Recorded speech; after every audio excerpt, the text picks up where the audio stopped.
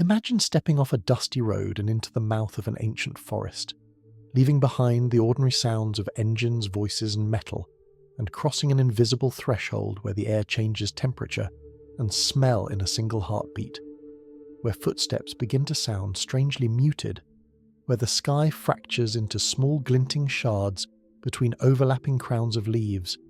and where you feel, perhaps without knowing why, that you have entered not just a place of trees, but a realm with its own rules, its own slow rhythm of life, and its own kind of listening silence. Now hold that sensation, because behind it lies a story that stretches from Stone Age ritual fires all the way to nuclear-era isotopes and underground fungal threads as fine as spider silk.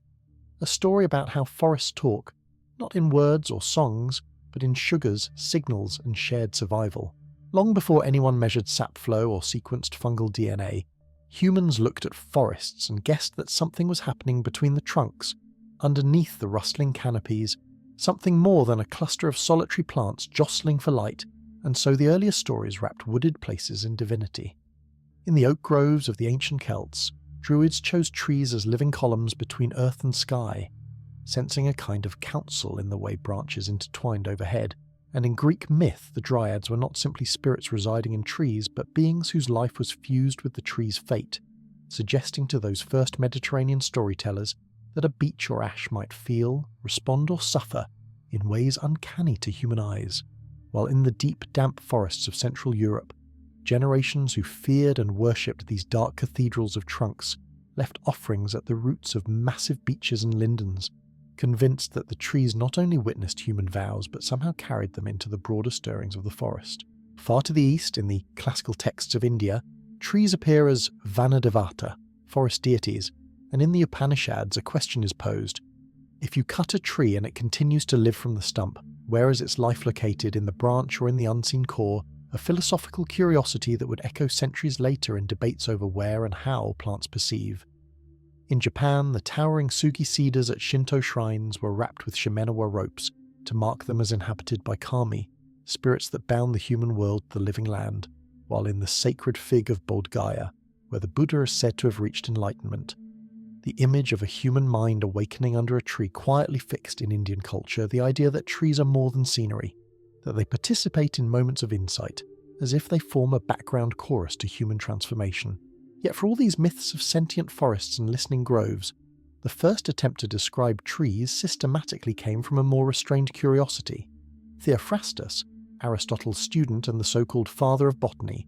catalogued tree kinds in the 4th century BCE, noting differences in bark, sap, and growth forms, but he largely treated each tree as an individual unit, like an isolated citizen in a city, not yet glimpsing the possibilities of cooperation between their roots. Pliny the Elder, writing in imperial Rome, marvelled at the longevity of olive and laurel, and recorded how some trees, once felled, sent up shoots from their stumps, a phenomenon he considered a kind of stubbornness, rather than a communal strategy, because in his world plants were resources, timber, resin, fruit, shade, and symbol. For more than a millennium afterward, knowledge of trees stayed within the orbit of practical use. Medieval herbalists knew that hazel coppices, if cut on rotation, would regrow in dense thickets, providing endless poles, and peasants across Europe and Asia recognized that some trees favored certain crops beneath them, while others stunted their growth. But in the language of the time, these were blessings or curses, not yet chemical messages or nutrient flows. Monks in cloister gardens pruned pear and apple branches, noticing how the pattern of cuts changed the vigor of the entire tree. Yet the concept that unseen conversations ran beneath the soil remained in the realm of folklore, where stories told of roots that stretched out to warn neighbouring trunks of approaching lumberjacks, or of haunted groves that moaned when one of their own was felled. A decisive shift began in the 17th century, when lenses of ground glass turned a world of hunches into a world of structures. The Dutch microscopist Antony van Leeuwenhoek, peering into drops of water and slivers of plant tissue, saw cells and capillary spaces, and although he did not yet understand their coordinated behaviour, the picture of plants as intricate hydraulic machines began to take hold. By the 18th century, botanists like Stephen Hales were drilling into trunks, tying off branches, and weighing leaves to investigate how water moved from roots to crown, concluding that trees pulled water upward through a combination of root pressure and evaporative pull, thus establishing an image that would dominate forestry for centuries. That of the tree as an individual pump, driven by sunlight and atmospheric demand, with roots as intake pipes and leaves as valves, a conception which left little room for shared circuits between neighbours. In the neat, regimented forests of Prussia and later Germany, where state foresters in the 18th and 19th centuries turned unruly woodlands into straight rows of spruce and pine, the scientific and political imagination aligned.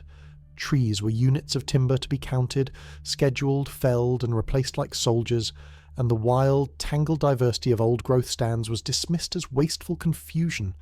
So when early observers remarked on strange unions between roots, cases where roots of adjacent trees had fused, forming living grafts,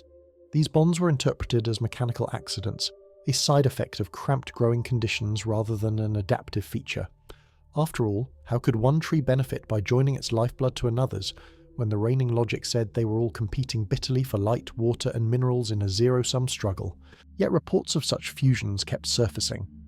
In the 19th century, Scandinavian foresters noticed that in dense pine stands, cutting down one tree sometimes caused its neighbour's stump to flush with sap, remaining surprisingly alive for years, and as they dug into the soil, they found that the roots of the felled tree and the standing tree were intertwined, their vascular tissues knitted together, so that carbohydrates from the living trunk flowed into the orphaned stump, keeping its cambium alive and its bark intact. Still, the phenomenon was seen as a curiosity, a kind of absurd generosity with no obvious evolutionary payoff, and so the possibility that whole patches of forest might form composite, physiologically entangled organisms drifted on the margins of botanical thought, like a rumour no one quite knew how to test. Elsewhere, a different clue emerged in the soot and sulphur of the industrial age. In the late 19th century, as coal-fired factories blackened the skies of Europe and North America, city-dwelling observers noticed belts of trees planted as windbreaks and shelter belts around fields and towns, and they saw that the outermost rows took the brunt of smoke and frost, while those within were sheltered, creating a kind of protective gradient, a collective defence that was spatial rather than chemical, yet nonetheless hinted that trees, by standing together, changed one another's fates. The idea that forests acted as microclimate engines gained strength, but again it was understood as a physical effect, altered wind speed, moisture and shade, without any suggestion that the trees were actively sharing resources or warnings through hidden channels. Under the soil, however, something older than the forests themselves had been at work for hundreds of millions of years, patiently stitching together roots and rocks in a vast invisible lacework. Fungi, those underestimated alchemists of decay, had long been known to gardeners as the heralds of rot. But in 1885, a German botanist named Albert Bernhard Frank noticed that the fine fungal threads, or Fair, clinging to tree roots in the forest were not simply decomposing them, they were infiltrating the root outer layers, forming intimate interfaces, and he coined the term mycorrhiza, from the Greek for fungus root, to describe this startling alliance. Frank argued that these partnerships were mutualistic, that the fungus delivered mineral nutrients and water to the tree in exchange for sugars, effectively extending the plant's root system many times over. Yet his contemporaries, steeped in the Darwinian focus on competition and parasitism, often dismissed this as wishful thinking, assuming fungi must ultimately rob the host. Through the early 20th century, experiments with potted seedlings suggested that plants associated with certain fungi grew faster, greener, and more resilient, especially on nutrient-poor soils, but the prevailing knowledge still framed this as a series of individual pairings, one root, one fungal partner. The possibility that a single fungus might connect multiple plants in the same stand, forming a shared mycelial web, remained an underdeveloped idea, referred to occasionally and skeptically as common mycorrhizal networks, more a conceptual sketch than a firm conclusion. Fungi, after all, were notoriously difficult to study underground, where their threads snaked in twisting ephemeral patterns that defied mapping with the tools and dyes of that era. While mycorrhizal science groped in the dark earth, another line of inquiry ascended into the air as plant physiologists turned their instruments to leaves and stems. In the 1920s and 1930s, the discovery of plant hormones, auxins that guided stems toward light, gibberellins that stretched internodes, cytokinins that encouraged cell division, revealed that plants possessed internal signaling molecules analogous in some ways to our own endocrine systems, moving from one tissue to another to coordinate growth, flowering, and response to gravity. This was the first strong hint in modern science that plants did more than passively react, that they modulated their own internal states via chemical messengers, but these hormone systems were considered strictly inside the individual organism, part of its private physiology, not a medium through which it could communicate with the neighbours. In colonial India, a polymath named Jagadish Chandra Bose conducted a series of startling experiments around the turn of the 20th century, not on forests as a whole, but on the capacity of individual plants to sense and signal. Using exquisitely sensitive instruments of his own design, Bose measured minute electrical changes and mechanical movements in plant tissues, showing that the touch of a flame or a prick could induce a wave of electrical activity travelling along a stem somewhat reminiscent of nerve impulses in animals, and he proposed that plants possessed a kind of distributed nervous mechanism, allowing distant parts of a plant to coordinate in response to damage. The scientific establishment in Europe, viewing Bose through lenses of both scientific conservatism and colonial prejudice, largely ignored or mocked these claims, preferring to see plants as biochemical automatons rather than sensitive communicators, and so another early clue slipped into obscurity for decades. By the mid-20th century, the economic engine of forestry roared into high gear. Large-scale logging operations from the Douglas fir stands of the Pacific Northwest to the boreal expanses of Siberia treated forests as wood mines, with managers calculating optimal rotations of planting and cutting, so that straight, uniform crops of trees replaced the messy mosaic of species and ages found in natural stands.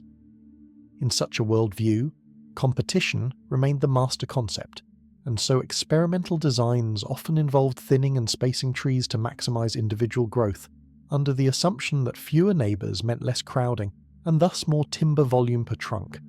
an approach that left little room for the hypothesis that dense mixed communities might secretly confer advantages through cooperative underground webs. Yet biology, like the forest it studies, sometimes stores dormant ideas that burst into growth when conditions change. And in the 1960s and 1970s, the air above forests began to betray evidence of unseen exchanges.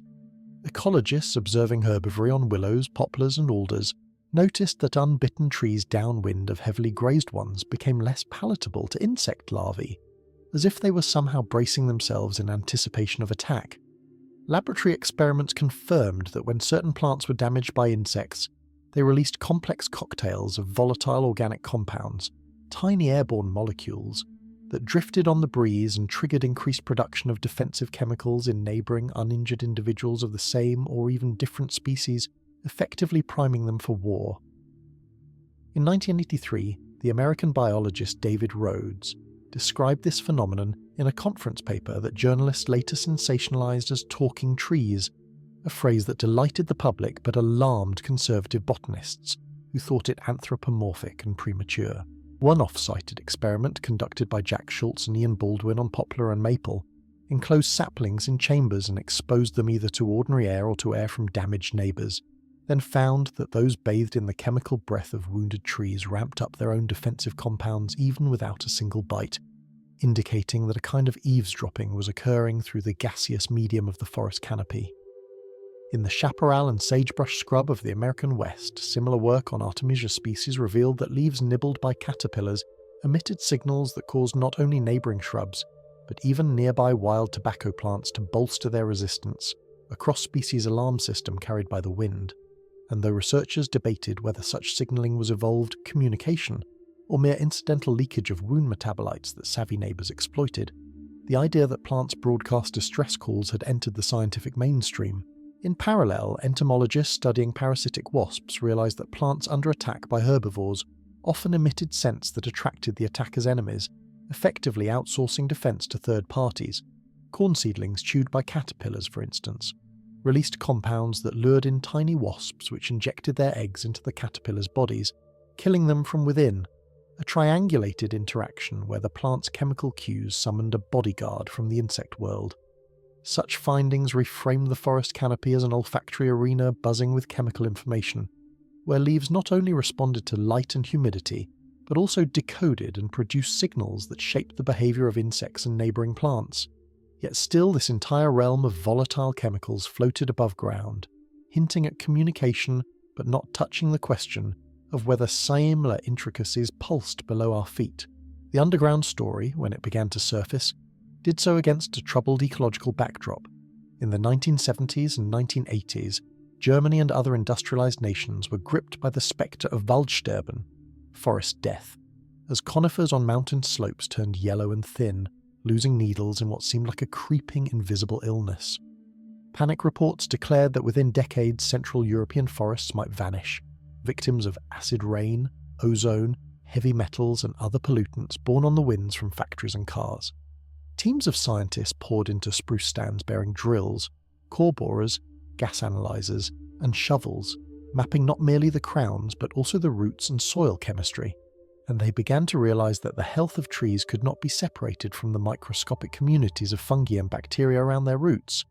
nor from the species composition and structural diversity of the stand itself. As researchers traced nutrient flows in poisoned and recovering forests, they saw that trees blessed with robust mycorrhizal associations fared better under acid stress, their fungal partners buffering them by shuttling nutrients from less affected zones and chelating harmful ions. In some cases, young saplings sprouting in the shadow of old veterans seemed extraordinarily resilient, their roots already colonized by established fungal networks that predated their germination. An inheritance not of genes but of associations, yet the exact topology of these fungal webs, who connected to whom, remained maddeningly opaque, because most of the actors were invisible, and traditional methods could not easily disentangle where one organism ended and another began. The Canadian province of British Columbia, with its vast coniferous forests stretching from misty coastal inlets to the dry interior plateau, became one of the crucibles where this puzzle would be addressed. In the late 20th century, government forestry policies there favoured clear-cutting followed by planting commercially valuable species, often Douglas fir or lodgepole pine, while treating other species like paper birch as weed trees to be removed, either mechanically or by herbicides, in the belief that they stole light and nutrients from the crop. Into this world stepped Suzanne Simard, a forester and ecologist raised in a family of loggers, who began her career marking timber cuts, but soon noticed patterns that nagged at her. Plantations where conifers performed poorly when all the surrounding broadleaf species had been eliminated, and natural stands where mixtures of species seemed, paradoxically, more robust. In the early 1990s, Simard and her colleagues designed an experiment that would make visible the hidden transactions between trees. They selected small groups of Douglas fir and paper birch saplings growing together and enclosed them in transparent plastic chambers, then pulsed one species with carbon dioxide whose carbon atoms had been labelled with a radioactive isotope, carbon-14, while pulsing the other with carbon dioxide labelled with the stable but rare isotope carbon-13, allowing each tree to take up and fix these markers into sugars through photosynthesis. After a period of exposure, they sampled the tissues of both species and the fungi in the soil, checking for the movement of each isotope from the originally labelled tree into its neighbour via the shared fungal mesh. To the surprise of many, the isotopic tracers did not remain confined to the tree that first inhaled them. Instead, both labels showed up in the needles and roots of the neighbouring species, a clear indication that carbon, energy-rich sugar built from sunlight and air, was crossing species boundaries, travelling from birch into fir and from fir into birch through the common mycorrhizae. More startling still, the direction and magnitude of transfer shifted with the season and light conditions. When shade-tolerant Douglas fir languished in the understory while sun-loving birch basked above, more carbon flowed from birch to fir, as if the birch was subsidising its darker neighbour. But when the birch leafed out early in the spring, briefly shading the fir, the exchange pattern altered, showing dynamic adjustments rather than a fixed one-way charity. These results, published in the late 1990s, challenged the simplistic story of trees as selfish competitors fighting over a fixed pool of resources, replacing it with an image of flexible redistribution mediated by fungal partners. Skeptics argued that perhaps the fungi, not the trees, were in control, reallocating sugars to maximize their own fitness. But regardless of agency, the functional outcome remained. Photosynthate made in one crown could end up in the tissues of another species nearby, linked by underground filaments. The forest floor, once imagined as a tangle of independent roots, now resembled at least in these experimental plots, a buzzy marketplace of carbon trade. And this begged a deeper question. If carbon moved, what about signals? What about the alarm cues discovered in airborne form above ground? Simard's subsequent work, and that of other teams in Europe and North America, began to reveal that not all trees in a stand were equally connected within these fungal webs. Older, larger individuals, towering Douglas firs or veteran beeches, tended to develop extensive mycorrhizal networks with many neighbouring seedlings and saplings, their roots serving as central hubs threaded by multiple fungal species, while smaller, younger trees had fewer connections and lower traffic. Mapping these interactions with isotopes and molecular markers suggested that forest mycorrhizal networks often displayed properties similar to scale-free networks observed in social systems and the internet, where a few highly connected nodes, later dubbed hub or even mother trees by Simard, were crucial for overall resilience because they could root resources around damaged areas and buffer others against stress. In one dramatic experiment, Simard shaded some seedlings to the brink of death while leaving nearby mother trees in full light, then found that the shaded infants survived longer and recovered better if they remained plugged into the mycorrhizal grid with the older trees, receiving a trickle of carbon and possibly hormonal cues that slowed their decline. When the hub trees were removed, the seedlings' prospects plummeted, suggesting that the veteran trees were not merely passive storehouses but active sources of support, especially for genetically related offspring, because subsequent genetic analyses uncovered hints that larger trees tended to be more richly connected to their own progeny than to unrelated seedlings, implying a form of kin selection playing out through fungal intermediaries. The notion that trees could distinguish kin from strangers scandalized some biologists, yet experiments with other plant species supported it. In laboratory studies on herbaceous plants, researchers like Susan Dudley showed that some species altered their root growth patterns depending on whether they grew beside siblings or unrelated individuals, reducing aggressive root proliferation when neighbours were kin, thus sparing them from intense underground competition.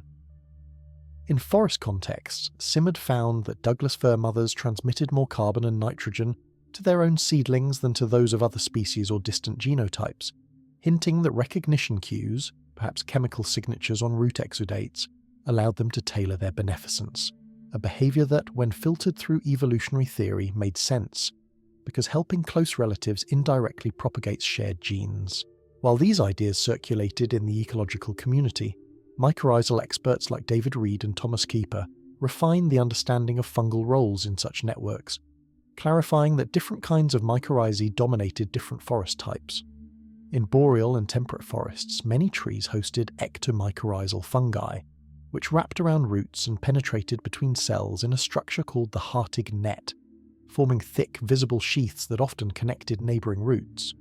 In tropical forests and grasslands, arbuscular mycorrhizal fungi infiltrated cell interiors with delicate branch structures called arbuscules, facilitating intense nutrient exchange within microscopic confines. Genetic and fossil evidence implied that arbuscular types went back over 400 million years, originating when the first land plants colonized barren rock, relying on fungi to mine phosphorus from mineral grains, meaning that plant-fungus collaboration is not a late innovation, but a founding contract of terrestrial ecosystems. As molecular tools improved, scientists began sequencing fungal genes from soil samples, discovering an astonishing diversity of mycorrhizal partners intertwined with any given forest's roots, sometimes hundreds of species in a few handfuls of dirt, each with distinct host preferences, foraging styles, and effects on plant partners.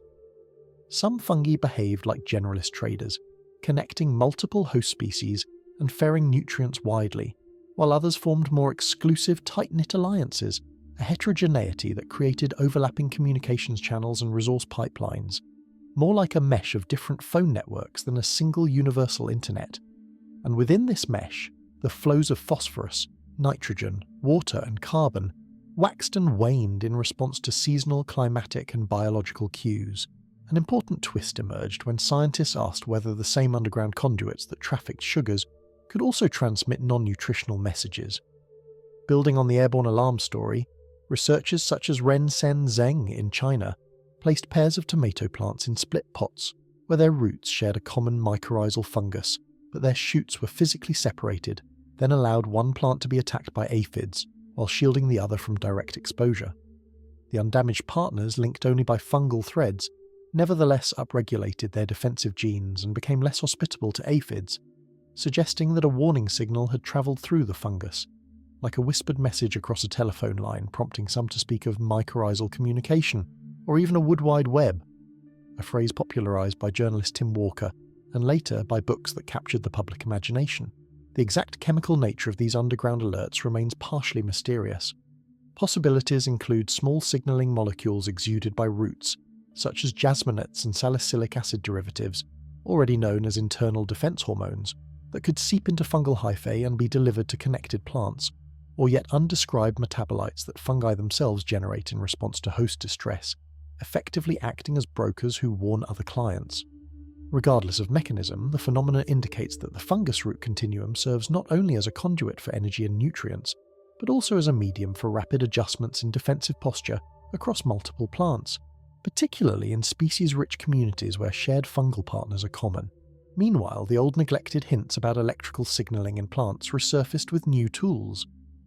In the late 20th and early 21st centuries, electrophysiologists used microelectrodes and fluorescent dyes to monitor ion fluxes and membrane potentials in plant tissues with unprecedented resolution, discovering that strong stimuli like wounding, herbivore feeding, or intense heat generated so-called slow-wave potentials that propagated along the phloem at speeds far faster than simple diffusion would allow, modulating gene expression and hormone distribution in distant tissues.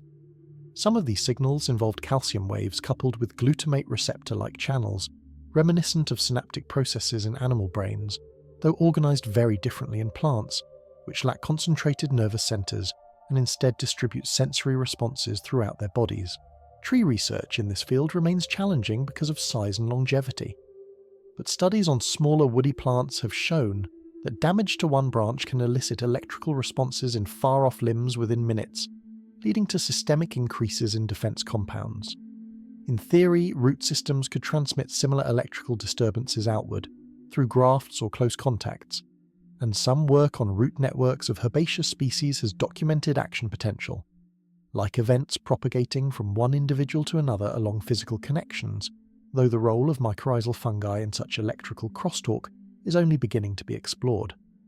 Intriguingly, some fungal hyphae can conduct electrical impulses of their own, albeit on different timescales, raising the speculative but tantalizing possibility of a hybrid information network where plant and fungal signals interlace. As botanical cognition gained experimental footing, philosophers and biologists debated whether terms like intelligence or memory could meaningfully apply to forests.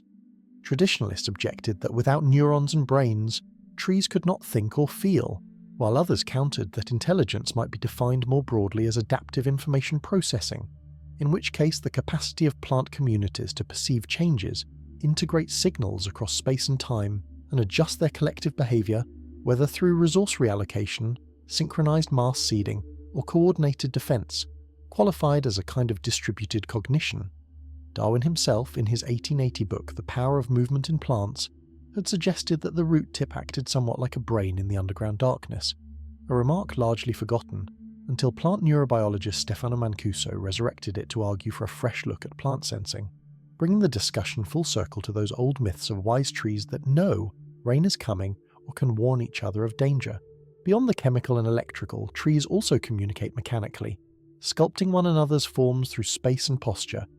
In some species, a phenomenon called crown shyness occurs, in which the upper branches of neighbouring trees grow close but do not touch, leaving thin channels of sky between their convoluted outlines, as if each crown honoured a respectful distance. Studies suggest that repeated abrasion from branches rubbing in the wind, coupled with light-sensing responses, leads trees to slightly withdraw branches that collide often, generating a negative feedback that maintains those eerie gaps. While not communication in the intentional sense, this reciprocal adjustment produces an emergent pattern on the collective scale, showing how even unconscious responses to touch can organise forest architecture in ways that reduce mechanical damage and perhaps limit disease spread. Underground, roots do a similar dance, avoiding obstacles, tracking moisture, and sometimes engaging in allelopathy, the chemical inhibition of neighbours, by exuding compounds that slow or halt the growth of other species' roots. The juglone released by black walnuts, for example, can suppress certain crop plants, effectively creating chemical exclusion zones under their crowns, a tactic that, from the tree's perspective, might reduce competition for water and nutrients. Yet allelopathic interactions are not always hostile. Legumes release flavonoids that signal to nitrogen-fixing bacteria in the soil, inducing those microbes to enter root hairs and form nodules, which then fix atmospheric nitrogen that benefits the host plant and, through leaf litter and root turnover, enriches the surrounding soil for others, illustrating again that conversations in the rhizosphere can simultaneously coordinate individual and communal gain. In the arid savannas of East Africa, another dynamic form of messaging unfolds between acacia trees and their mammalian browsers. When giraffes begin to feed heavily on the leaves of a particular acacia, the tree responds not only by increasing tannins, bitter compounds that reduce palatability, but also by releasing ethylene gas, a simple hydrocarbon that drifts downwind. Acacias receiving this ethylene cue preemptively boost their own defences, becoming less appealing to giraffes, which often move upwind to fresher, less warned trees, perhaps even learning through generations to browse in a zigzag pattern that outruns the travelling chemical front. Here, the forest's message, "I am under attack," leads to a moving wave of unpalatable crowns that shapes the foraging routes of giant herbivores, whose own movements, in turn, shape patterns of seed dispersal and sapling recruitment, closing a loop of information and impact. Forests also speak in time. Using growth rings as both diaries and forecast tools, a tree ring forms as cambial cells divide and expand during the growing season, with early wood laid down in the moist, light-rich spring and denser, late wood formed under the tightening conditions of summer and autumn. The width and density of each annual ring reflects not only the weather, but also competition with neighbours, pest outbreaks, and disturbances like fire or logging. So dendrochronologists who core living trees and analyse their rings can reconstruct histories of droughts, insect plagues, volcanic eruptions, and even solar cycles that predate instrumental records. Where many trees in a region show synchronous narrow rings, it indicates a shared stressor, perhaps a multi-year drought or a cooling episode from volcanic ash, whereas localised patterns might reveal shifts in canopy gaps or selective logging, thus making forests into archives where the collective memory of environmental change is encoded in silent concentric script. In some ecosystems, the communicative dimension of forests extends beyond the present to deliberate human manipulation. In the Amazon basin, patches of unusually fertile dark soil, known as terra preta, bear witness to pre-Columbian societies that enrich the forest floor with charcoal, organic waste, and pottery shards, creating microhabitats where trees grow taller and more fruit-laden than in surrounding nutrient-poor oxysols. Recent research suggests that these anthropogenic soils foster unique microbial and fungal communities that, once established, persist for centuries, perpetuating a different kind of forest, a semi-domesticated, human-shaped woodland, where certain fruit and nut species dominate, favouring human harvesters who then further influence species composition. In these forest gardens, the line between wild and cultivated blurs, and traditional knowledge often frames trees as kin or allies with whom people exchange gifts and obligations, an ethos that fits surprisingly well with the emerging scientific picture of forests as socially entangled beings. Among indigenous peoples of the Pacific Northwest, for instance, cedar trees were and are treated not merely as lumber sources, but as beings endowed with spirit, approached with ritual before harvest, and sometimes cultivated in culturally modified forms where bark or planks are removed without killing the tree, allowing it to continue living and supporting the wider forest community. In coastal British Columbia and Washington state, such practices created groves of venerable cedars bearing healing scars, their roots deeply interlaced with those of hemlocks, firs and maples, all threaded by dense networks of mycorrhizas that had decades or centuries to mature. Within this context, the concept of mother trees in science resonates with indigenous narratives of tree elders who shelter younger stands not only physically but spiritually, and contemporary collaborations between indigenous knowledge holders and forest ecologists sometimes reveal convergent insights, such as the importance of leaving large, old individuals during logging to maintain the integrity of underground links. Similarly, in the fire-adapted landscapes of Australia, Aboriginal burning practices shaped not only fuel loads, but also the composition and structure of woodlands, creating mosaics of age classes and densities that, over millennia, likely influenced the connectivity and redundancy of mycorrhizal networks. Regular low-intensity burns prevented catastrophic wildfires that can sterilize soil and sever fungal webs, while encouraging certain fire-resilient species whose roots sprout vigorously after flames pass through, reconnecting quickly to surviving fungal threads. Modern fire suppression policies, by contrast, have sometimes produced dense thickets that, when they finally burn, do so intensely enough to bake the soil and consume organic matter thoroughly, erasing both plant and fungal communities and forcing regeneration to begin from scratch, an abrupt rupture in the forest's communicative infrastructure. In the redwood forests of California, the tallest trees on Earth, communication takes yet another intriguing form, combining hydraulic and structural ingenuity. Coast redwoods, rising over 100 meters in some cases, face the challenge of lifting water to dizzying heights against gravity, a task that depends on a continuous column of water in the xylem and sufficient tension generated by transpiration at the leaf surface. During droughts, redwoods growing in foggy coastal belts ameliorate this strain by capturing moisture directly on their needles and branches as fog condenses, some of which drips to the forest floor, recharging soil moisture, while some is absorbed through the foliage and redistributed downward. Scientists who climbed into the crowns of old-growth redwoods found entire epiphytic gardens, ferns, shrubs, even small trees,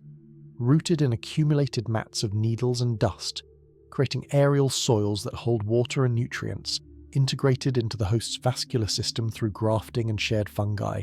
so that, astonishingly, miniature forests grow atop the giants, sharing water with lower strata through complex hydraulic connections. The hydraulic redistribution executed by many deep-rooted trees constitutes another subtle messaging network. Species with roots that reach groundwater or deep moist layers often pull water up at night and leak some of it into drier upper soil horizons through their shallower roots, a process called hydraulic lift, which can benefit neighbouring plants with shallower roots. Conversely, in some conditions, these deep roots may suck water from the surface and release it deeper, creating a two-way hydraulic redistribution that buffers the community against droughts. Isotopic tracing and soil moisture sensors around such trees reveal distinct nocturnal pulses of water content in upper soil layers coinciding with the host's nightly pause in transpiration, indicating that one individual's vertical plumbing can hydrate the root zones of many species nearby, subtly knitting their water budgets together. On a planetary scale, the entire tapestry of forests engages in yet another form of discourse, this time with the atmosphere itself. The Amazon rainforest, for example, emits vast quantities of water vapor as trees transpire, collectively pumping moist air upward where it cools and condenses into clouds, generating rainfall that then feeds back into the basin and even supplies precipitation to distant agricultural regions. This atmospheric river, sustained by billions of stomata opening and closing on leaves, displays rhythmic patterns tied to daily and seasonal cycles, visible from satellites as swaths of cloud formations rising above intact forest, but breaking over deforested patches. Models suggest that if forest cover falls below a certain threshold, this internal moisture recycling could falter, tipping the system towards savanna, a catastrophic shift in which the forest's climatic voice, once strong enough to summon its own rain, grows hoarse and may fall silent. Within these rising plumes of moisture ride other, more volatile messages. Forests emit isoprene and monoterpenes, small organic molecules that, once oxidized in the upper atmosphere, can nucleate cloud droplets, influencing cloud brightness and lifetimes, and thus planetary albedo. During heat waves, trees ramp up isoprene emissions, which can stabilize their photosynthetic apparatus,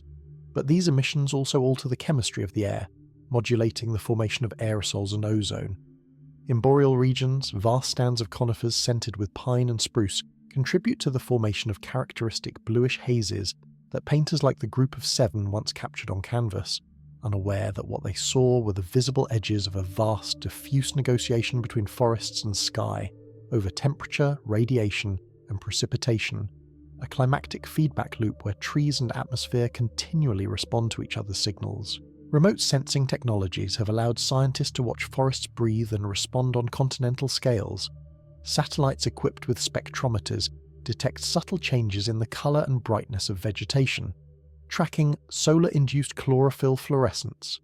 a faint red and near-infrared glow emitted by chlorophyll when it processes sunlight, providing a real-time proxy for photosynthetic activity.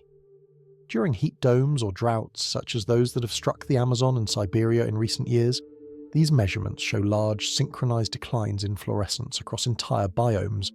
indicating that trees collectively throttle back their gas exchange, effectively tightening their stomatal pores to conserve water, a coordinated, though not centrally directed, response that ripples through the global carbon cycle as forests temporarily sequester less CO2, thus feeding into climate models and policy debates about feedbacks and tipping points. At the same time, field experiments in heated plots and manipulated rainfall sites reveal how mycorrhizal networks respond to new climate realities. In some warmed soils, certain fungal partners decline while others flourish, altering the architecture and efficiency of underground connectivity. Droughts may fragment these networks, breaking long hyphal strands and isolating patches of roots, while in other scenarios, fungi hardened by repeated stress develop thicker cell walls or more melanized structures that resist desiccation, preserving connectivity in increasingly erratic seasons. Trees whose seedlings can plug into resilient networks may gain an edge in shifting climates, because the fungi can ferry water from moist refuges or scavenge scarce nutrients, whereas seedlings germinating in sterilized or degraded soils must build partnerships from scratch, an uncertain prospect in unstable conditions. Human land use, particularly clear-cutting and intensive agriculture, not only removes trees but also disrupts these subterranean webs, leaving behind soils that are, in a sense, socially impoverished. Studies comparing old-growth forests to nearby plantations or secondary regrowth sites show that fungal diversity and network complexity are dramatically reduced in managed systems, with generalist, opportunistic fungi dominating, and specialist, long-distance foragers diminishing. This simplification can lead to less efficient nutrient cycling, greater vulnerability to pathogens, and slower regeneration, because seedlings lack access to well-developed connectivity. Some restoration efforts now deliberately inoculate soils with native mycorrhizal fungi or leave islands of undisturbed forest as inoculum sources, implicitly acknowledging that replanting trees alone does not rebuild a forest's full communicative infrastructure. Historical episodes demonstrate what happens when such infrastructures are ignored. In 19th century Ireland, the introduction of potato monocultures without genetic diversity set the stage for catastrophic blight, but on a smaller arboreal scale, the planting of single-species forestry monocultures across Europe in the 19th and 20th centuries, large stands of Norway spruce, for example, outside their native range, created forests vulnerable not only to windthrow and drought, but also to bark beetle outbreaks, because homogeneous stands facilitated rapid beetle population growth and eased their navigation via pheromonal cues. In mixed, structurally diverse forests, signals of stressed trees may still attract beetles, but the diversity of host defenses and microclimates can slow epidemic spread, and complex mycorrhizal networks may help neighbours compensate when some individuals succumb, distributing nutrients and perhaps even altering defence readiness across the stand. The emerald ash borer invasion in North America offers a grim contemporary case. As this beetle spreads, it kills ash trees with ruthless efficiency, leaving behind ghostly stands of bare trunks whose roots gradually rot, and as these roots disintegrate, the fungal networks built around them also collapse, tearing holes in the underground connectivity that once linked ash with maples, oaks, and understory shrubs. The cascading effects include changes in understory composition, shifts in soil moisture and light regimes, and the potential loss of fungal species uniquely associated with ash, each threading into the next like unravelling knots in a tapestry, demonstrating how the fate of one tree species can reverberate through the forest's physical and communicative fabric. Despite the challenges, glimpses of resilience abound. After the eruption of Mount St. Helens in 1980 buried vast forest tracts under ash and debris, ecologists monitoring the blast zone saw how surviving patches of roots and fungal hyphae in less devastated corners served as springboards for recolonization. Pioneering plants like lupines established on the barren slopes, their nitrogen-fixing bacteria enriching the first thin soils, while spores of mycorrhizal fungi blown in from surviving forests or carried by animals colonized their roots, setting in motion new underground networks that later supported encroaching shrubs and tree seedlings. Over decades, isolated green islands expanded and merged, reweaving fragmented patches of life into continuous canopies and root systems, illustrating the forest's capacity to rebuild communicative links from scattered remnants, much as human communities reconnect after disasters. On evolutionary timescales, the history of trees and fungi is even more dramatic, involving planetary transformations driven by the silent labour of roots and hyphae. In the Devonian period, around 400 million years ago, the first wood-producing plants rose above low mosses and liverworts, their newfound height giving them access to sunlight, but also exposing them to greater mechanical and hydraulic challenges they met by deepening their roots and strengthening their tissues. Fossil evidence from this era includes mysterious giant organisms called prototaxites, some up to 8 meters tall, which for decades baffled paleontologists, until chemical analyses suggested they were neither plants nor animals but colossal fungi standing like totemic pillars in primitive forests, perhaps feeding on early plant material and contributing to nutrient cycling before modern tree fungus partnerships fully crystallized. As vascular plants diversified into tree forms and spread across the continents, their roots partnered with fungi to accelerate the weathering of rock, extracting phosphorus and other nutrients, while simultaneously drawing down atmospheric CO2 through photosynthesis and burying carbon in soils. Some geochemists argue that the rise of deep-rooted forests in the late Devonian contributed significantly to a global cooling event and the onset of glaciations, a macro-scale feedback where trees, by building wood and weaving fungal nets through bedrock, altered the climate enough to reshape the evolutionary playing field. In effect, forests, once established, began modifying the conditions for all life, and over subsequent eras, different tree lineages, from leucopsids to conifers to angiosperms, took turns dominating landscapes, each with its own suite of partners and communicative strategies. When flowering trees appeared in the Cretaceous and Tertiary periods, they brought with them more intricate interactions with animals, especially pollinators and seed dispersers, adding another set of voices to the forest chorus. Colours, shapes, and scents of blossoms signalled to bees, bats, birds, and beetles, guiding them to nectar and pollen, while fruits evolved to attract specific dispersers with tailored nutritional packages and ripening cues. Birds, for their part, learned to associate certain colours or scents with rewards, and their migration patterns then transported seeds across long distances, mixing genetic lineages and fostering resilience. In this extended network, animals act as mobile intermediaries, reading and rewriting vegetative messages, such as when fruit-eating toucans preferentially disperse seeds into canopy gaps, effectively interpreting light patterns and forest structure on behalf of the trees whose seeds they carry. Even the very shape of a forest's vertical stratification can be viewed as a communication outcome, shaped by generations of feedback between individuals. Gaps left by fallen giants admit surges of light to the understory, cueing dormant seeds to germinate and suppressed saplings to accelerate growth, while shade-tolerant species maintain a slow, steady existence beneath, ready to surge if a neighbour falls. Root systems respond to such shifts, with neighbours quickly colonising the vacated soil volume, and sometimes exploiting decaying stumps as nurse logs, where seedlings germinate in the moist, nutrient-rich wood of their predecessors, a life-after-death arrangement that recycles not only elemental building blocks but also, via fungal continuity, aspects of the former tree's position within the network. Because fungi that colonise the old root crown may extend into the new seedling's roots, creating a lineage of connectivity that persists across individual lifespans. In the cultural sphere, human conceptions of forests have oscillated between fear, reverence, and utilitarianism, but moments of poetic insight have often anticipated later scientific revelations. In the 19th century, the German Romantic movement filled literature and art with brooding sentient forests, where trees seemed to murmur secrets to wanderers and share an underlying mystical solidarity, while in Russia, fairy tales personified the forest as a unified character, sometimes nurturing, sometimes malevolent, embodied in figures like Leshy, the woodland spirit who controlled animals and trees. These stories, in which one cut tree could awaken the wrath of the entire woodland, echoed a moral intuition that you cannot wound a forest by harming only one of its members, because invisible ties bind them, an intuition that modern science now articulates in the language of networks, symbiosis, and emergent properties. Scientific culture, conversely, has begun to absorb metaphors from the living systems it studies. Terms like Internet of Fungus or Wood Wide Web lean on digital age concepts to make ancient biological realities relatable, while network theory, originally formalized in mathematics and computer science,